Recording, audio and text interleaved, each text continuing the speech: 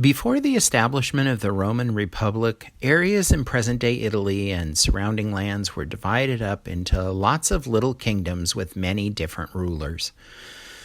Some kings were richer and more powerful than others. The kings and their people fought each other all the time, and over the years they developed long-standing rivalries that often resulted in warfare. The city of Rome was controlled by a long line of Etruscan kings who had ruled for several generations. Etruscan kings worried above all else about losing power, especially losing control of the city. They figured the best way to hang on to power was to be as harsh as possible with their subjects, the people over whom they ruled. Around 500 BCE, the people living in Rome decided that they had had enough. They overthrew their Etruscan king and created a new form of government. Rome's new form of government was now called a republic. In some very important ways, this new government was based on a form of government that the ancient Greeks practiced at the time, democracy.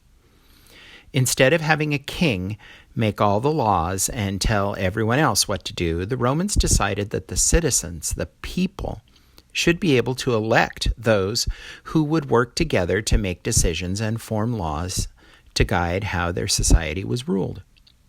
In this new form of government, the people had more of a voice in how their society would be ruled as a republic. Here's how the new form of government worked. Instead of a king, there was a group of people called the Senate.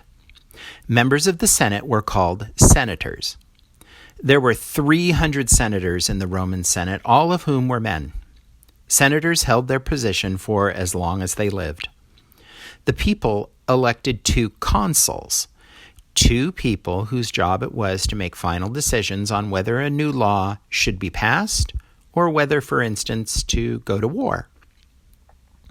They had the power to command the army and were advised by the Senate. The consuls were powerful people in the Roman Republic, but they didn't have the power to write new laws on their own. Senators debated over what kinds of laws were needed in Rome. When senators came to an agreement, they would advise the consuls on their decisions. If one consul made a decision that the other consul did not approve of, he could say veto, which in Latin means I forbid. Even though the consuls had the attributes of being very important and powerful, the 2 consuls had to work together to create a process of checks and balances, or a way to balance out each other's decisions. These ideas of the veto and checks and balances are 2 practices from ancient Rome that are part of the American government and other governments around the world today. Not all citizens in Rome were treated equally. In fact, some people living in Rome were not citizens at all. People of Rome were divided into groups, each with different rights and privileges under the law. The smallest and most powerful group was called the patricians. The patricians were Rome's elite, a small group of wealthy, powerful people who owned large homes in the city, vineyards in the country, and villas on the coast. The patricians were citizens of Rome, meaning that they had the right to vote, and they had certain protections and privileges under the law. Because they were the most educated and privileged group, the patricians were also the ones most likely to become senators. So they got to make a lot of laws in the Roman Republic. As you might guess, the people in this picture are wealthy Roman patricians.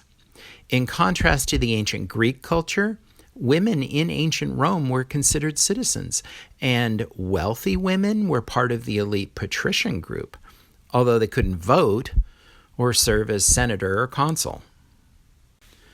Another group of Roman citizens were called plebeians. Plebeians were second-class citizens, meaning that they didn't have all the rights and privileges enjoyed by the patricians. However, the plebeians had one big advantage: numbers. Because the plebeians made up the largest portion of Roman citizenry by far, the wealthy patricians learned that they needed to make sure the plebeians were happy, or at least happy enough that they wouldn't rise up and try to take more power for themselves. Like patricians, Plebeians were citizens, so they could vote.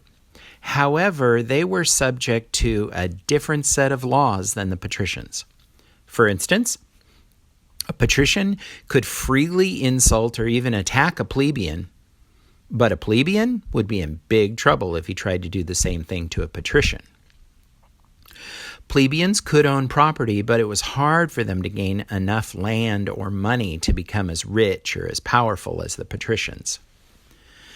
Plebeians came in all shapes and sizes, including fairly wealthy shop owners and traders, hardworking farmers and fishermen, and other poor and lowly workers. Farmers were important because plentiful crops were very necessary for the success of Rome's culture and civilization.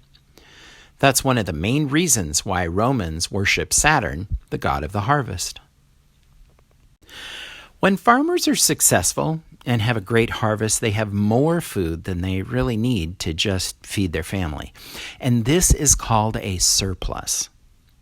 Well, Roman farmers with a surplus of food could share their bounty supply and sell it to other people at a marketplace. Those people, in turn, didn't have to work as hard to feed themselves, and instead they could turn their attention to other things like making pottery or blacksmithing or weaving cloth. Some Romans worked on making elaborate sculptures and mosaics. When they had a surplus of harvested crops, ancient Romans also had a surplus of time to honor their gods, which they spent by building temples, going to festivals like Saturnalia, and participating in rituals. Many Romans who didn't farm were traders and merchants. They would sell goods that came from ships from all over the known world. Remember, Italy is a peninsula in the Mediterranean Sea, and these goods would be sold in markets located in large open gathering places called forums. In these forums, people could shop, listen to debates, and worship in temples. The biggest forum was in the heart of Rome and was therefore called the Roman Forum, or just the Forum. The Senate had an important building in the Forum where the senators and the consuls met to debate and discuss issues. The Forum was a very important place in Roman society, serving as a gathering place of culture, economy, politics, religion, and much more. The ruins of the Forum today attract many tourists each year. Another group of people who lived in Rome were the slaves.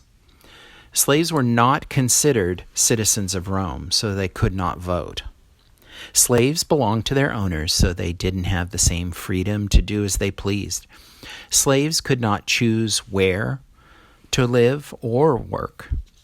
They had no choice in what jobs they got to do, and they were not allowed to quit the jobs their owners gave them. Roman slaves did have some rights. For instance, Roman slaves were allowed to receive as much education as they needed to be better at whatever job they had. After some time, if slaves worked very hard for their owners, they could earn their freedom.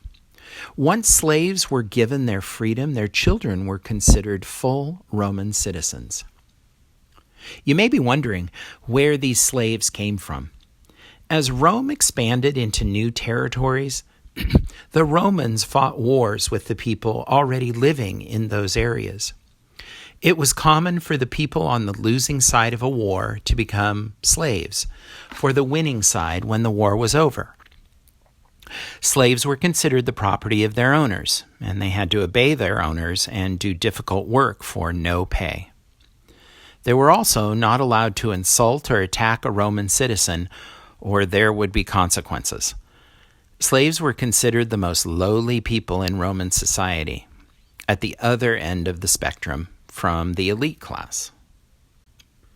Whether patrician, plebeian, or slave, man, woman, or child, all of the people of ancient Rome contributed in their own ways to the many components of this ancient civilization.